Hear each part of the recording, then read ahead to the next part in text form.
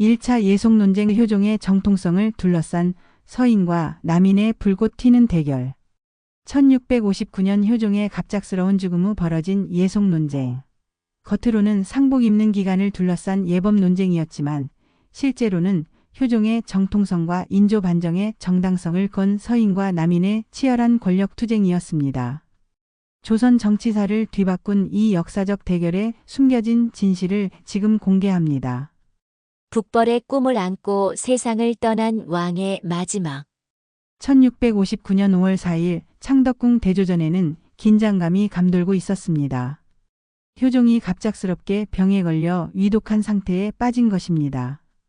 겨우 40세의 나이였지만 며칠 전부터 시작된 열병이 급격히 악화되어 이제는 의식마저 흐릿한 상황이었습니다. 전하. 자의대비가 효종의 손을 잡고 간절히 부르고 있었습니다. 인조의 계비이자 효종에게는 계모가 되는 자의대비는 효종을 친자식처럼 아꼈습니다. 특히 인조 반정 이후 폐세자가 된 소현세자의 비극적 죽음을 지켜본 그녀로서는 효종만큼은 반드시 지켜내야 한다는 사명감이 있었습니다. 효종의 침상 주위에는 세자 이연을 비롯해 조정의 핵심 인물들이 모여 있었습니다. 영의정 정태와 좌의정 원두표, 우의정 허적 등 삼정승과 함께 이조판서 송시열, 예조판서 윤유 등이 근심 어린 표정으로 서 있었습니다. 내가 이렇게 갈 줄은 몰랐다. 효종이 가까스로 입을 열었습니다. 목소리는 약했지만 그 눈빛에는 여전히 강인한 의지가 담겨 있었습니다. 전하, 말씀을 아끼십시오. 곧 차도가 있으실 것입니다. 송시열이 애타게 말했습니다. 송시열은 효종의 스승이자 북벌 정책의 동지였습니다. 인조 반정으로 왕위에 오른 인조 그리고 그의 뒤를 이은 효종과 함께 청나라에 대한 복수를 꿈꿔왔던 인물이었습니다. 효종은 힘겹게 고개를 저었습니다. 아니다, 송경. 내 시간이 얼마 남지 않았음을 안다. 하지만 아직 해야 할 일이 남았다. 전하, 세자 이연이 아버지의 손을 꼭 잡았습니다. 겨우 19세의 어린 나이였지만 이미 왕세자로서 10년 가까이 정치를 배워온 그였습니다. 연아, 잘 들어라. 효종이 아들을 바라보며 간곡하게 말했습니다. 우리는 정유재란과 정묘오란, 정축호란을 겪으며 나라의 자존심을 잃었다. 인조 반정으로 광해군을 몰아내고 서인이 집권했지만 청나라 앞에서는 무릎을 꿇을 수밖에 없었다. 효종의 목소리에는 분노와 한이 섞여 있었습니다. 소현세자 시절 청나라의 인질로 끌려가 8년간 굴욕을 당했던 기억, 그리고 아버지 인조가 삼전도에서 청태종에게 300우구두의 예를 올렸던 치욕적인 순간들이 떠올랐습니다. 하지만 우리는 포기하지 않았다. 지난 10년간 국력을 기르고 군비를 확충하며 북벌의 기회를 엿봤다. 효종실록에 기록될 나의 재위 기간이 비록 짧았지만 그 의미만큼은 결코 작지 않다고 생각한다. 조정의 신하들은 모두 숙연한 표정으로 효종의 말을 들었습니다. 실제로 효종은 재위 10년 동안 청나라의 감시를 피해 은밀하게 군사력을 키워왔습니다. 정충신과 이완 같은 장수들을 등용하고 무기 제조 기술을 발달시키며 러시아와의 외교 관계까지 모색했던 것입니다. 하지만 하늘이 나에게 시간을 더 주지 않는구나. 효종이 깊은 한숨을 내쉬었습니다. 연아, 네가 이어받아야 한다. 청나라에 대한 복수, 조선의 자주 독립, 이것이 우리 왕실이 져야 할 숙명이다. 예, 아바마마 명심하겠습니다. 세자가 눈물을 참으며 답했습니다. 이때 윤유가 조심스럽게 나섰습니다. 전하, 그동안 신들이 전하의 뜻을 받들어 북벌을 위해 노력해왔사옵니다. 전하께서 가시더라도 그 뜻은 반드시 계승될 것입니다. 윤유는 남인의 영수였습니다. 비록 송시열과는 정치적 입장이 달랐지만 북벌에 대한 의지만큼은 똑같았습니다. 다만 북벌의 방법론에서 약간의 차이가 있을 뿐이었습니다. 그렇다 윤지환, 송시열, 너희들이 서로 다른 당파에 속해 있지만 나라를 위하는 마음만큼은 같다고 믿는다. 효종이 두 사람을 번갈아 보며 말했습니다. 부디 연을 잘 보좌해다오. 그리고 효종이 잠시 말을 멈췄습니다. 그의 마음에는 한 가지 걱정이 있었습니다. 바로 자신의 정통성 문제였습니다. 인조 반정으로 왕위에 오른 인조에게는 적장자인 소현세자가 있었습니다. 하지만 소현세자는 청나라에서 돌아온 지 2달 만에 위문이 죽음을 당했습니다. 그 과정에서 효종이 왕세자가 되었고 인조 사후 왕위를 계승할 수 있었습니다. 하지만 엄밀히 말하면 효종은 인조의 차남이었습니다. 조선의 전통적인 적장자 계승 원칙에서 보면 약간의 논란 여지가 있었던 것입니다. 물론 소현세자의 죽음 이후 정당하게 왕세자가 되었고 조정의 신하들도 모두 인정했지만 혹시라도 후일 이 문제가 정치적으로 이용될 가능성을 효종은 우려하고 있었습니다. 그리고 만약 내 정통성에 대해 시비를 거는 자가 있다면 효종이 힘겹게 말을 이었습니다. 전하, 그런 걱정은 마십시오. 송시열이 단호하게 말했습니다. 전하는 정당한 절차를 거쳐 왕위에 오르셨고 10년간 훌륭하게 나라를 이끌어 오셨습니다. 누구도 이에 대해 이의를 제기할 수 없습니다. 하지만 효종의 불안감은 완전히 사라지지 않았습니다. 그는 마지막 힘을 짜내어 말했습니다. 어찌 되었든 연히 잘 해나갈 것이다. 그리고 1659년 5월 4일 저녁 효종은 40세의 나이로 세상을 떠났습니다. 북벌의 꿈을 이루지 못한 채 그리고 자신의 정통성에 대한 불안감을 완전히 해소하지 못한 채 말입니다. 그날 밤 궁궐에는 통곡 소리가 울려 퍼졌습니다. 하지만 아무도 몰랐습니다.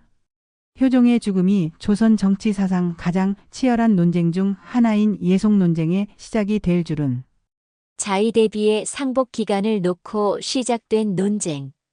효종의 국장이 치러진 지 보름이 지난 어느 날 예조에서는 중요한 회의가 열리고 있었습니다.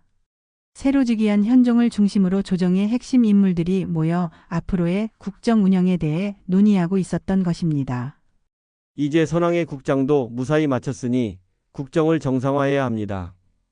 영의정 정태화가 차분하게 말문을 열었습니다. 다만 아직 해결해야 할 예법상의 문제가 하나 남아 있습니다. 현종이 궁금한 표정을 지었습니다. 어떤 문제 말인가?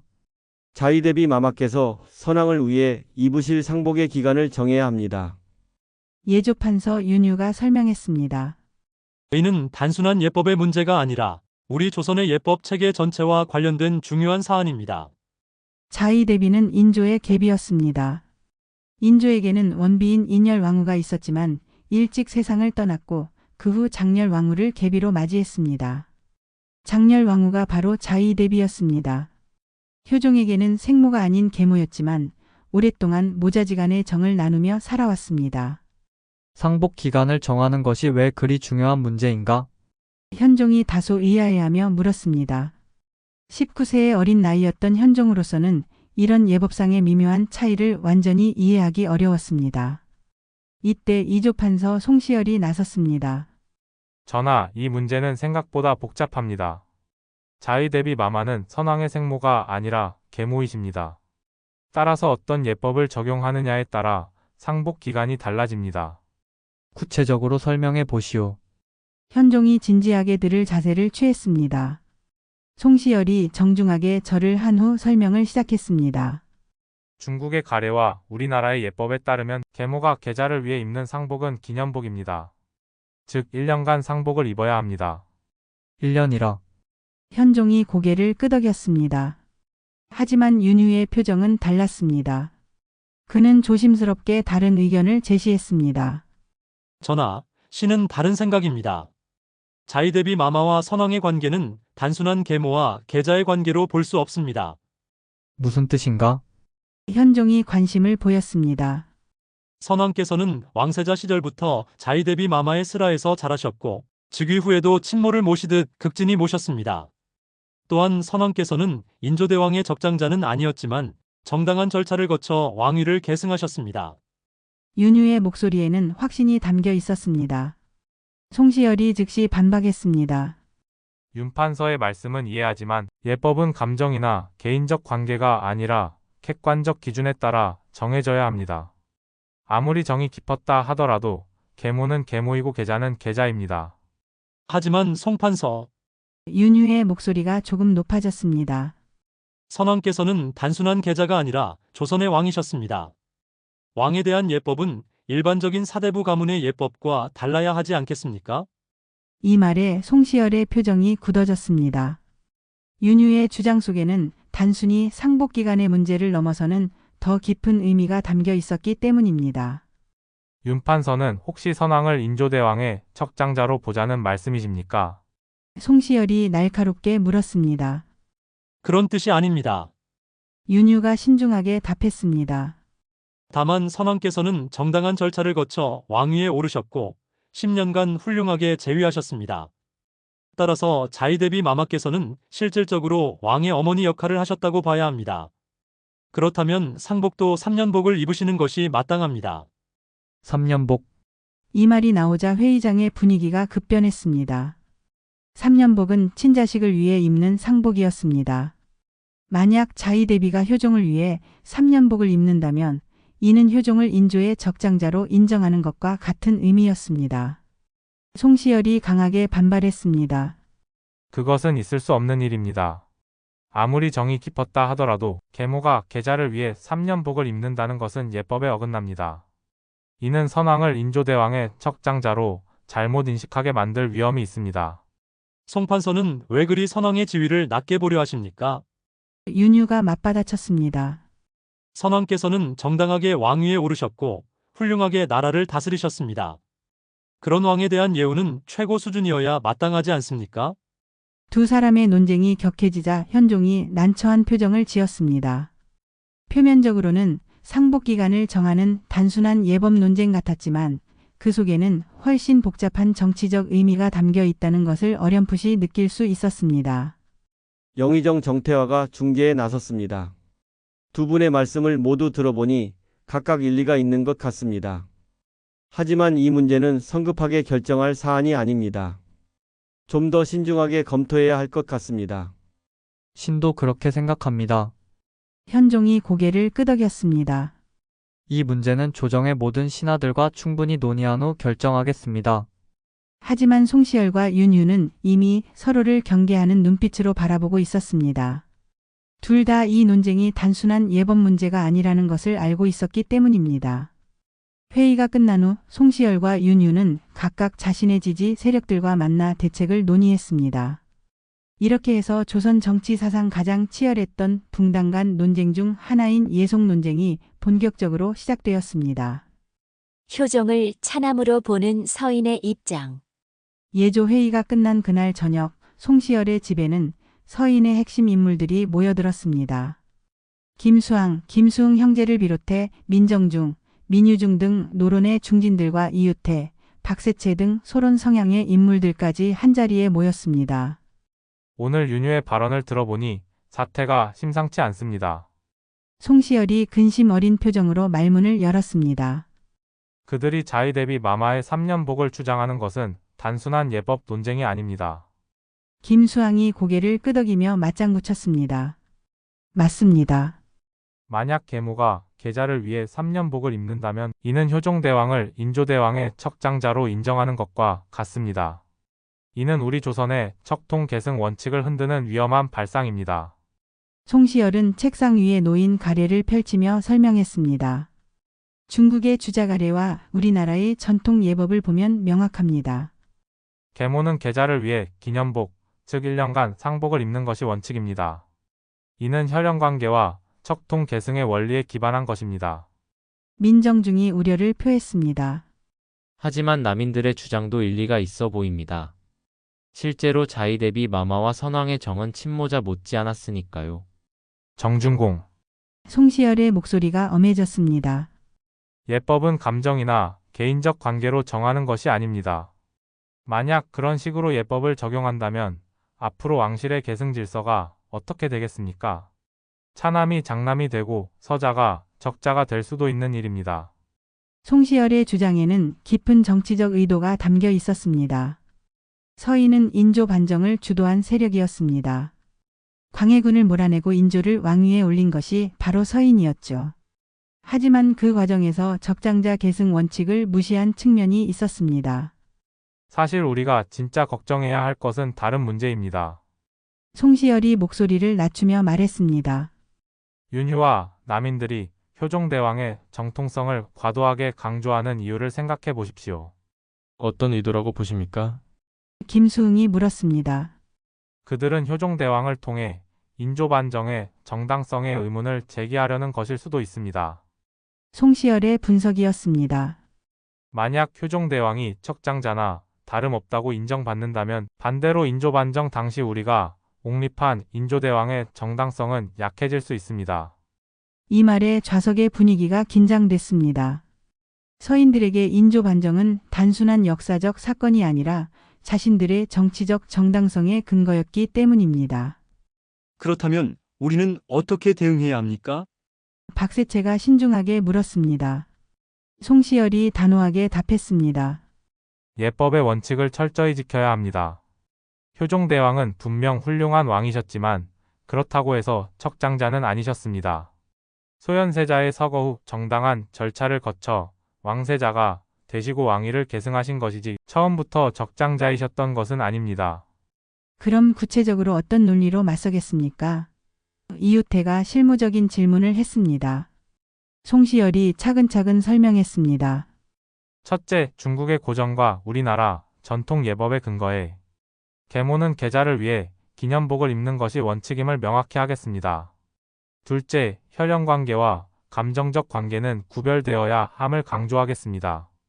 셋째, 왕실의 예법이라고 해서 일반적인 예법 원칙을 무시할 수는 없음을 논증하겠습니다. 김수항이 추가로 의견을 제시했습니다. 저는 한 가지 더 강조하고 싶습니다. 만약 이번에 남인들의 주장을 받아들인다면 앞으로 비슷한 상황에서 계속 문제가 될 수 있습니다. 예법은 일관성이 있어야 합니다. 송시열이 만족스럽게 고개를 끄덕였습니다. 맞습니다. 우리는 감정적 논리가 아닌 원칙적 논리로 승부해야 합니다. 그래야 조선의 예법 체계를 바로 세울 수 있습니다. 효종의 정통성을 옹호하는 남인의 논리. 같은 시각 윤유의 집에서도 남인의 핵심 인물들이 모여 대책회의를 하고 있었습니다. 허목, 권태훈, 윤선거, 유계 등 남인의 중진들이 한자리에 모인 것입니다. 송시열의 속내가 뻔히 보입니다. 윤유가 분개한 목소리로 말했습니다. 그들은 효종대왕의 지위를 의도적으로 격하시키려 하고 있습니다. 이는 선왕에 대한 불경이자 현 왕실에 대한 도전이기도 합니다. 허목이 깊이 공감하며 맞장구 쳤습니다. 그렇습니다. 효종대왕께서는 10년간 나라를 훌륭하게 다스리셨습니다. 북벌을 위해 국력을 기르고 백성들의 삶을 개선하기 위해 노력하셨습니다. 그런 왕에 대한 예우를 격화시키려는 것은 있을 수 없는 일입니다. 윤유는 서인들과는 다른 관점에서 이 문제를 바라보고 있었습니다. 여러분, 이 문제의 핵심은 단순히 상복기간이 아닙니다. 우리가 효종대왕을 어떻게 평가하느냐, 나아가 조선 왕실의 정통성을 어떻게 인식하느냐의 문제입니다. 권태훈이 궁금해하며 물었습니다. 구체적으로 어떤 의미입니까? 효종대왕은 비록 인조대왕의 차남이셨지만 소현세자의 서거 후 정당한 절차를 거쳐 왕세자가 되셨고 즉위 후에는 완전한 왕으로서 군림하셨습니다. 윤유가 논리를 전개했습니다. 따라서 자이대비 마마께서는 실질적으로 왕의 어머니 역할을 하신 것입니다. 이런 관계에서는 3년복이 마땅합니다. 윤선거가 보충 설명을 했습니다. 실제로 효종대왕과 자이대비 마마의 관계를 보면 단순한 계모 마이너스 계자 관계가 아니었습니다. 자이대비 마마는 효종대왕을 친자식처럼 아끼셨고 효종대왕도 친어머니처럼 모셨습니다. 하지만 윤유의 진짜 의도는 더 깊은 곳에 있었습니다. 남인들은 인조반정에 직접 참여하지 않았던 세력이었습니다. 오히려 광해군 시절 중용되었던 인물들이 많았죠. 따라서 인조반정의 정당성보다는 효종의 업적과 정통성을 강조하는 것이 자신들에게 유리했습니다. 사실 서인들이 진짜 걱정하는 것은 다른 문제입니다. 윤유가 날카롭게 분석했습니다. 그들은 효종대왕의 정통성이 강화되면 상대적으로 인조반정의 정당성이 약화될까 봐 걱정하는 것입니다. 유계가 관심을 보였습니다. 그렇게 보십니까? 그렇습니다. 서인은 인조반정을 주도한 세력입니다.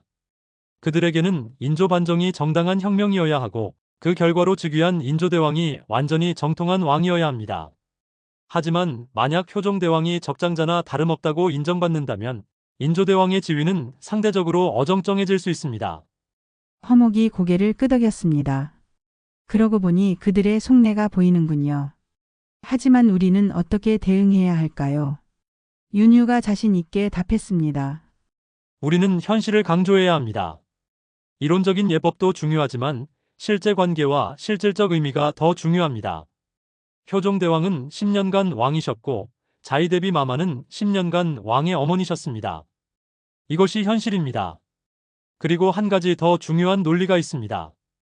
윤유가 목소리를 높였습니다. 왕에 대한 예법은 일반인에 대한 예법과 달라야 합니다. 왕은 특별한 존재이고 왕실은 특별한 가문입니다. 따라서 최고 수준의 예우를 받아야 마땅합니다. 권대운이 실무적인 질문을 했습니다. 구체적으로 어떤 근거를 제시하겠습니까? 첫째, 효종대왕과 자이데비 마마의 실제 관계를 강조하겠습니다. 둘째, 왕실 예법의 특수성을 논증하겠습니다. 셋째, 효종대왕의 업적과 덕망을 바탕으로 최고 수준의 예우가 필요함을 주장하겠습니다. 윤유가 체계적으로 설명했습니다. 윤선거가 한 가지 우려를 표했습니다. 하지만 서인들이 중국의 고전을 근거로 제시하면 어떻게 대응하겠습니까? 우리도 고전을 공부한 사람들입니다. 윤유가 자신 있게 답했습니다. 고전에도 예외 조항들이 있고 특수한 상황에 대한 기록들이 있습니다. 우리는 그런 사례들을 찾아서 우리 주장의 근거로 삼겠습니다. 어린 왕이 직면한 딜레마와 최종 결정. 연일 계속되는 예속 논쟁으로 조정은 두 개의 진영으로 완전히 갈라져 있었습니다. 현종은 즉위한 지 불과 몇 달 만에 전례 없는 정치적 위기에 직면하게 되었습니다. 전하, 이 문제를 더 이상 미룰 수는 없습니다. 영의정 정태화가 현종에게 간곡히 말했습니다. 조정이 두 파로 나뉘어 대립하는 동안 국정이 마비되고 있습니다. 현종은 깊은 고민에 빠져 있었습니다. 불과 19세의 어린 나이에 이런 복잡한 정치적 판단을 내려야 한다는 것이 버거웠습니다. 더욱이 이 결정이 향후 조정의 권력 구도를 결정할 중요한 분기점이라는 것을 알고 있었기 때문에 더욱 신중할 수밖에 없었습니다. 송시열과 윤유를 모두 불러보시오. 현종이 결정을 내렸습니다. 직접 들어보고 판단하겠습니다. 며칠 후 창덕궁 인정전에서 역사적인 대면이 이루어졌습니다. 현종 앞에 송시열과 윤유가 나란히 서 있었고 조정의 모든 신하들이 긴장한 채로 지켜보고 있었습니다. 송경과 윤경 두 분의 의견을 차례로 들어보겠습니다. 현종이 엄숙하게 말했습니다. 먼저 송경부터 말해보시오. 송시열이 앞으로 나와 정중하게 절을 한 후 말했습니다. 전하, 신은 중국의 가례와 우리나라 전통 예법에 따라 자이데비 마마께서 기념복을 입으시는 것이 마땅하다고 생각합니다. 계모가 계자를 위해 입는 상복은 1년이 원칙이며 이는 혈연관계의 원리에 기반한 것입니다. 윤경의 의견은 어떠한가? 현종이 윤유를 바라봤습니다. 윤유도 앞으로 나와 절을 한 후 자신의 주장을 펼쳤습니다. 전하, 신은 자이데비 마마께서 3년복을 입으시는 것이 옳다고 생각합니다. 자이데비 마마와 선왕의 관계는 단순한 계모 마이너스 계자 관계가 아니라 실질적인 모자 관계였으며 왕에 대한 예법은 최고 수준이어야 합니다. 현종은 두 사람의 말을 듣고 깊은 생각에 잠겼습니다. 표면적으로는 둘 다 일리가 있어 보였지만 그 이면에 숨겨진 정치적 의미를 간과할 수는 없었습니다.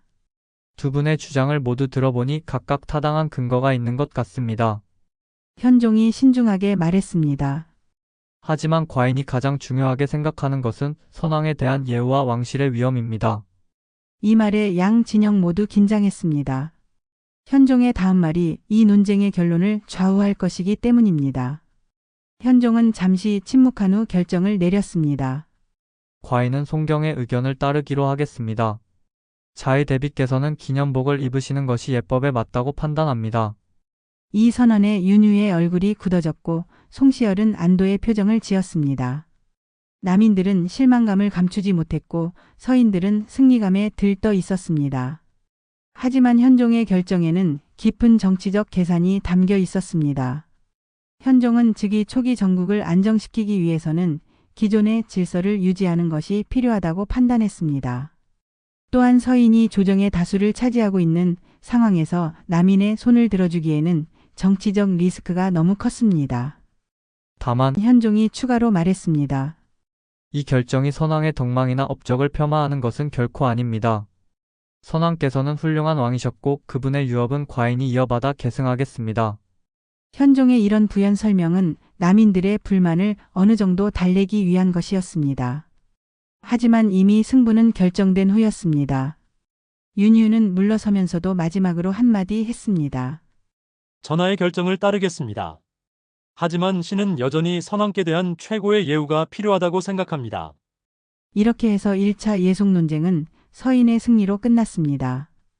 1차 논쟁의 마무리와 향후 영향. 현종의 결정이 내려진 후 조정의 분위기는 급격히 변했습니다. 서인들은 승리의 기쁨을 감추지 못했고 남인들은 깊은 실망감에 빠졌습니다. 이번 결정으로 예법의 원칙이 바로 서게 되었습니다. 송시열이 동료들과의 모임에서 만족스럽게 말했습니다. 앞으로도 우리는 원칙을 지키며 국정을 이끌어 나가야 합니다. 김수항도 동조했습니다. 맞습니다.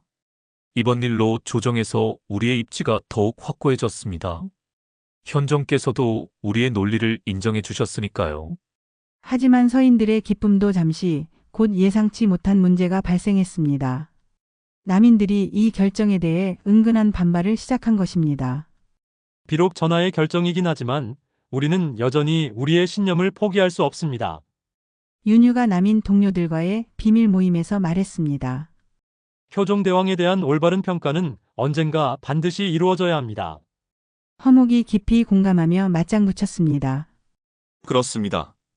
비록 이번에는 졌지만 진리는 언젠가 밝혀질 것입니다. 우리는 때를 기다려야 합니다. 실제로 1차 예속 논쟁의 결과는 조정의 권력 구조에 큰 변화를 가져왔습니다. 서인이 확실한 우위를 점하게 되었고 남인들은 상대적으로 위축될 수밖에 없었습니다. 하지만 더 중요한 변화는 다른 곳에서 일어나고 있었습니다. 이 논쟁을 통해 붕당 간의 대립이 더욱 첨예해졌고 정치적 갈등의 양상이 완전히 바뀐 것입니다. 앞으로는 모든 정책과 인사에서 당파적 고려가 더욱 중요해질 것 같습니다. 중립적 성향의 관료 중 한 명이 우려를 표했습니다. 예법 하나를 두고도 이렇게 대립하는데 다른 문제들은 어떻게 될까요?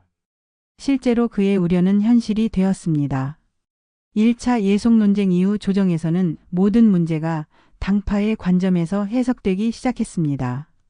인사 문제, 정책 결정, 심지어 사소한 의례까지도 서인과 남인의 입장 차이가 드러나는 장이 되었습니다. 현종도 이런 변화를 감지하고 있었습니다. 이 문제가 이렇게 큰 파장을 일으킬 줄은 몰랐다. 현종이 측근에게 털어놓았습니다.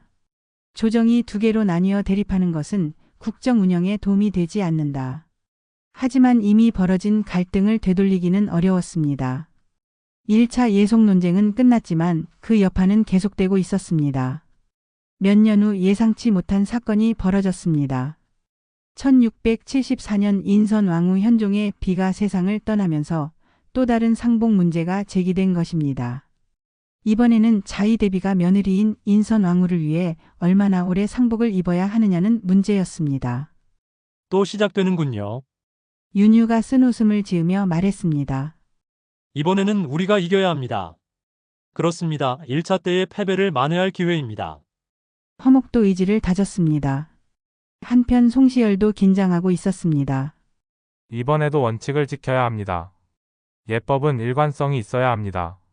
이렇게 해서 조선 정치 사상 더욱 치열했던 2차 예속 논쟁이 시작되려 하고 있었습니다.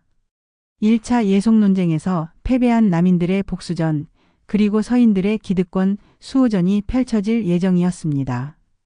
1차 예속 논쟁이 남긴 가장 큰 유산은 붕당 정치의 격화였습니다. 이후 조선의 정치는 당파 간 대립을 중심으로 돌아가게 되었고 이는 조선 후기 정치사의 특징이 되었습니다.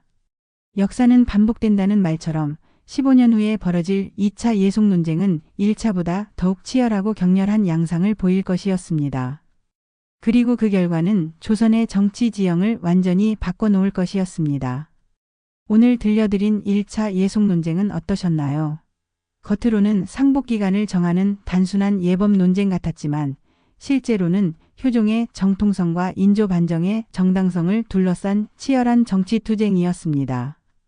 송시열의 서인과 윤유의 남인이 벌인 이 논쟁은 조선 후기 붕당 정치의 출발점이 되었습니다. 서인이 승리한 1차 예속 논쟁은 끝이 아니라 시작이었습니다. 패배한 남인들은 복수의 기회를 노리고 있었고 15년 후 2차 예속 논쟁에서 그 기회가 찾아옵니다. 다음 영상에서는 끝나지 않은 싸움 2차 예속 논쟁, 조선을 뒤덮은 8년간의 논쟁이라는 제목으로 1차보다 더욱 격렬했던 2차 예속 논쟁의 전말을 들려드릴 예정입니다. 조선 정치사를 뒤바꾼 역사적 대결의 후편을 기대해 주세요. 구독과 좋아요는 더 흥미진진한 조선시대 역사 이야기를 제작하는 데 큰 힘이 됩니다. 감사합니다.